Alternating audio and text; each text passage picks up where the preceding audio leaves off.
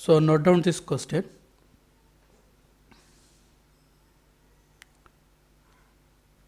So the question is, from the following table, find the value of e raised to 1.17 using goes forward formula. So the data is, or data x e raised to x means this is y equal to e raised to x. So the data are 1 2.7183, 1.05 2.8577, 1.10 3.0042, 1.15 3.1582, 1.20 3.3201, 1.25 3.4903, 1.3 3.6693. Okay.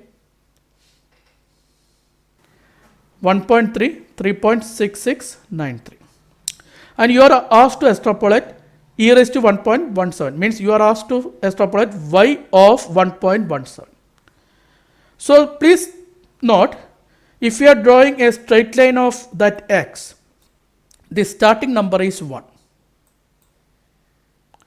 the last number is 1.3. So just take the middle point of this one. What is the middle point? The middle point is 1.15. Am I correct? This one is the middle point. Now take the middle point of 1 and 1.15. What is that? 1.075. What is the middle point of 1.15 and 1.3? That is 1.225. Is it okay? Means we have a span 1 to 1.3. So this one is, this length is a span. The range is 1 to 1.3. So span is 1.3 divided by 1. That is 0.3 is the span. And what I did, I divided that span into 4 equal parts. These are 4 equal parts. Am I correct? The given region is divided into 4 equal parts. Now, if the new point that we are asked to extrapolate, if it is lying left to this 1.05 means towards this region, means very close to 1. If it is close to 1 means if it is lying left to this particular first division 1.075, you can use Newton's finite forward interpolation formula or extrapolation formula. If the new point is lying after that 1.225, that is in this particular range, then you can use Newton's backward extrapolation formula. So in last problem, I think you noted that in order to find f of 1, you are asked to use Newton's finite forward extrapolation formula, because f of 1 is very close to 3, where the x0 is 3, xn is 9. We have data from 3 to 9. So 1 is very close to 3. So we used Newton's finite forward extrapolation formula. 10 is very close to the last point 9. So we use Newton's backward difference extrapolation formula. Now, if the new point is within these 2 points, that is first division and third division, then we have to use the central difference extrapolation formula. Is it clear, all of you? Okay. So if you are using central difference extrapolation formula, again we have a problem. We have 3 different types of central difference extrapolation formula. One is goes forward central difference extrapolation formula. If it is goes forward, then if the new point is just after this one is the second division, right? If the new point is lying right to this division, you have to use goes forward central difference extrapolation formula. Okay, so here you can see that this is 1.17. So this is the point. So you have to use goes forward central difference extrapolation formula. If the new point is lying here, means left to 1.15, means between first division and second division, you have to use Gauss backward central difference extrapolation formula. If you are unaware about what you have to use, then you can use Stirling's method. You can use Stirling method if the new point is either lie left to this second division or right to this second division. So there is no limitation for central division. If the new point is lying within first division and this third division, definitely you can apply Stirling's method. But if you are using Gauss method, then for this point you have to use Gauss forward difference extrapolation formula, Gauss forward central difference extrapolation formula. For this point you have to use Gauss backward central difference extrapolation formula. Is it clear? Okay. So definitely here we have to use the Gauss forward central difference extrapolation formula, because this point is lying between the second division and third division. Okay. So first create the central difference table. First find it. First find the central difference table. Okay.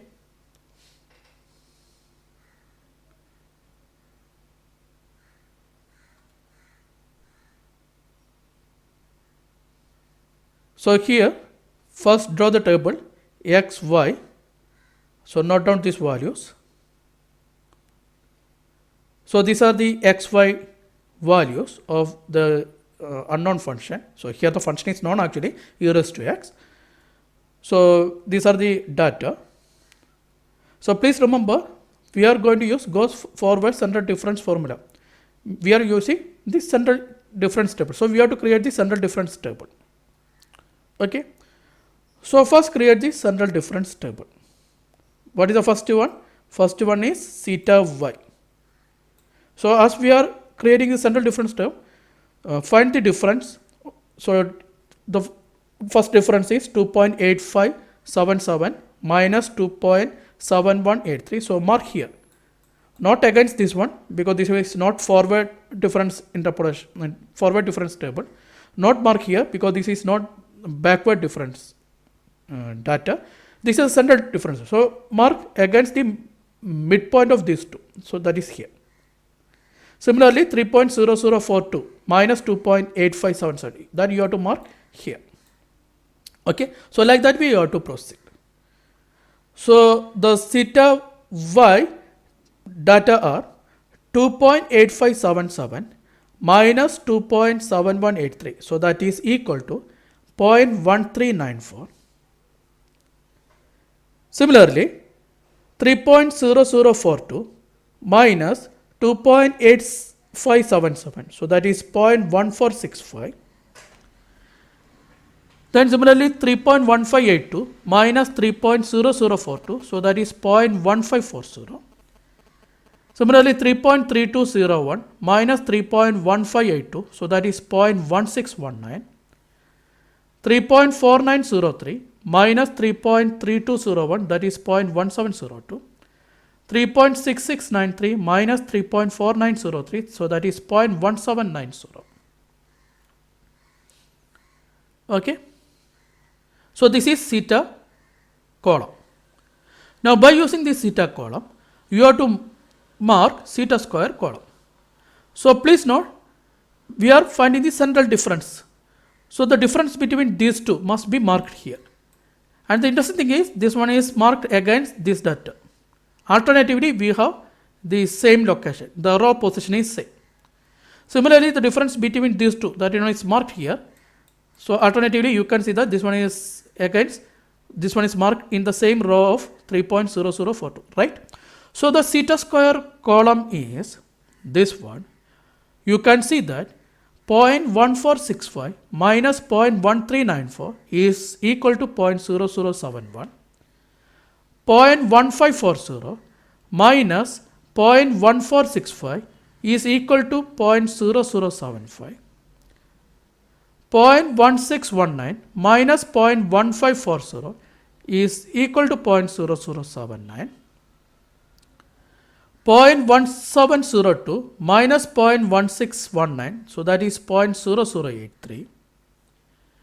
0.1790 minus 0.1702 equal to 0.0088. Okay. So now this is theta square column. By using this theta square column, we have to find theta raised to 3. So what is 0.0075 minus 0.0071? That is 0.0004. Similarly, 0.0079 minus 0.0075 equal to 0.0004. Then similarly 0.0083 minus 0.0079 is equal to 0.0004. Similarly 0.0088 minus 0.0083 is equal to 0.0005.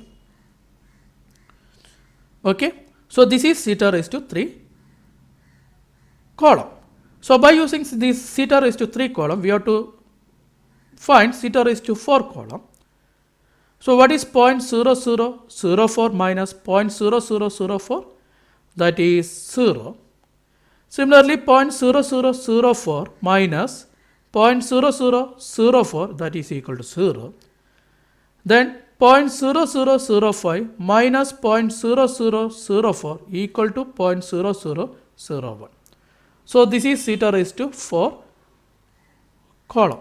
Then by using this column, we have to find theta raised to 5 column. So that is 0 minus 0 is 0. Then 0.0001 minus 0 is 0.0001. So by using this theta raised to 5 column, we have to find theta raised to 6. So that is 0.0001 minus 0, that is 0.0001. So you can see that here the number of data are 7. 1, 2, 3, 4, 5, 6, 7. So we have 6 up to 6th order difference. This one is the 6th order difference. And you can see that after each column, one data is reduced. So here we have 7 data, here we have 6 data, here we have 5, 4, 3, 2, 1. Okay. So now what is XP? XP is equal to 1.17. And we are using Gauss forward central difference formula. So we are using central difference table where the central, x0 is 1.15. So this is x0. This is x1. This is x2, like that way. This is x3. Similarly, this is x minus 1. This is x minus 2. And this is x minus 3. So what we have? This is y0. This is y1. This is y2. This is y minus 1. This is y minus 2. Like that way, means we have 7 data. So 7 plus 1 divided by 2 is equal to 4. The fourth data is x0. Means if we have odd number of data, it is very easy to find the x0. What about if you have only 6 data? So 6 plus 1 divided by 2, that is 3.5, right? So how to find the x0? Either you can say fourth data as x0 or you can write third data as x0. So please note that. Okay, means if xp is 1.17, means if you are taking 3 data, then xb must be right to that xp if you are using forward central difference formula. xp must be left to x0 if you are using backward difference. That we have to take care. If it is not possible, you have to use some another method. For example, here you can see that xp equal to 1.17, that is lying right to x0.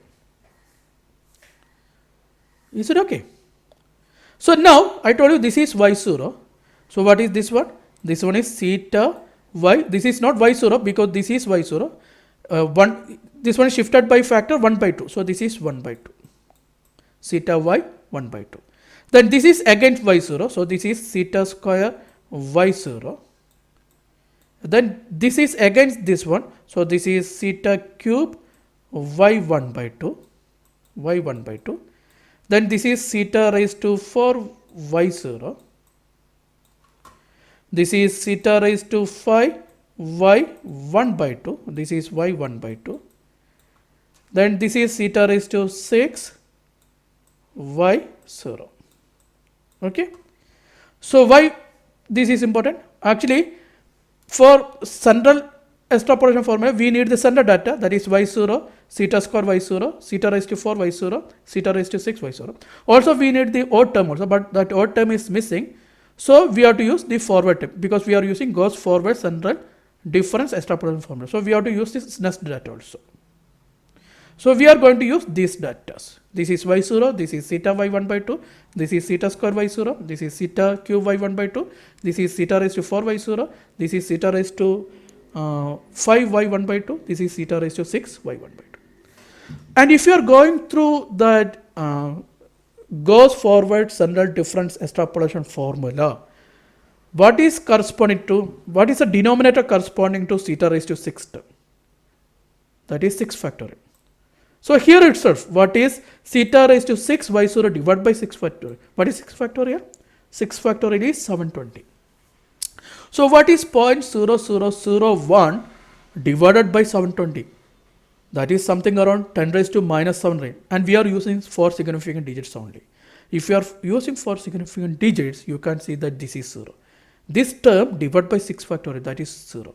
Means there is no need to consider this theta raised to 6. If you are writing that formula, there is no need to write theta raised to 6 term. Similarly, this is theta raised to 5 y1 by 2. And what is the denominator corresponding to this theta raised to 5 y1 by 2? That is divided by 5 factorial. What is 5 factorial? That is 120. So what is, this is actually 10 raised to minus 4, right? So what is 10 raised to minus 4 divided by 120? For convenience, say, what is 10 raised to minus 4 divided by 100? That is 10 raised to minus 6. So what about 10 raised to minus 4 divided by 120? Less than 10 raised to minus 6, right? So if you, I think we can remove this term also. So for the purpose, first we have to know the value of P. So here what is XP? XP is equal to 1.17. What is X0? X0 is equal to 1.15. So what is H? H is equal to XP minus, sorry, H is equal to what? The difference between the adjacent data, 1.15 minus 1.10, that is 0.05. Okay, so what is P now? P is equal to exp minus x0 divided by h.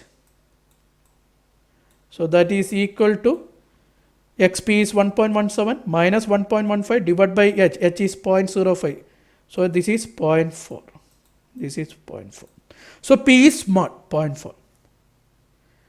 So this is theta raised to 5. So it is P plus 2. If you are going through the table equation, that is the numerator is P plus 2 into P plus 1 into P into P minus 1 into P minus 2.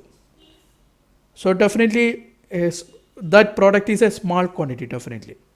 So that one into 10 raised to minus 6 is 0 if you are using for significant digit. So we can remove these two terms.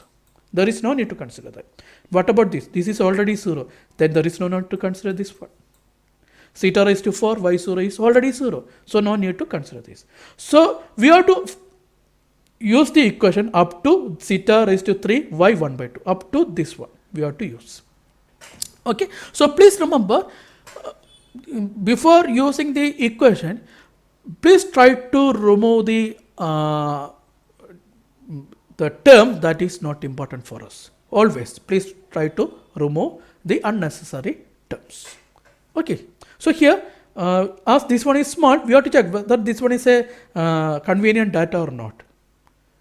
Okay. So for that purpose this P is used. P is small and the corresponding numerator term is also small because this is theta raised to 6. So the corresponding numerator is P plus 2 into p plus 1 into p plus p minus 1 into p minus 2 into p minus 3 if you are going to that equation. So that is very small. Into what about this one divided by 6 factorial? Something very close to 10 raised to minus 1. That is 0 if you are using 4 significant digits. So that is why we are not considering this one and also this one. And we are not considering this one because this is 0. Not due to the denominator. Denominator is 4 factorial, that is 24. So that denominator don't, by using the denominator we can't say that one is 0. That is not possible here. But this is 0. This value is 0. Okay. So now I already told you what is xp. xp is equal to x0 plus ps. So p is equal to xp minus x0 divided by h. So that is 1.17 minus 1.15 divided by 0.05, that is equal to 0.4. Okay. So p is equal to 0.4. So what is the equation? The equation that we have to use is yp is equal to y0 plus p into theta y1 by 2 plus p into p minus 1 divided by 2 factorial into theta square y0 plus p plus 1 into p minus 1 divided by 3 factorial into theta cube y1 by 2. I told you actually we need to use up to this point. Okay. There is no need to write this one because theta raised to 4 y0 is 0 and we are not considering the remaining time. If you want, you can write that equation also. So equal to what? What is y0? y0 is 3.1582, that is y0. Then p into theta y1 by 2. So p is 0.4 into theta y1 by 2 is 0.1619 plus p is 0.4 into what is p minus 1? 0.4 minus 1, that is minus 0.6 divided by 2 into theta square y0 is 0.0079 plus what is p plus 1? P plus 1, this is not minus 1.6. P plus 1 is 1.4, that is for 0.4 plus 1, that is 1.4 into p is 0.4 into p minus 1 is minus 0.6. So this term is not there. Divided by 6 into 0.0004. Okay. Because the remaining terms are 0 if you are using 4 significant digits. So this one is a term. So equal to what? So here it is corrected. Okay, so no problem. So the what is the remaining equal to what? So this is 3.1582 plus what is 0.4 into 0.1619, that is equal to 0.0648. Now this is minus y. 1 minus sign is there. So this is minus into what is the product? 0.4 into minus 0.6 into 0.0079 divided by 2, that is minus 0.0009.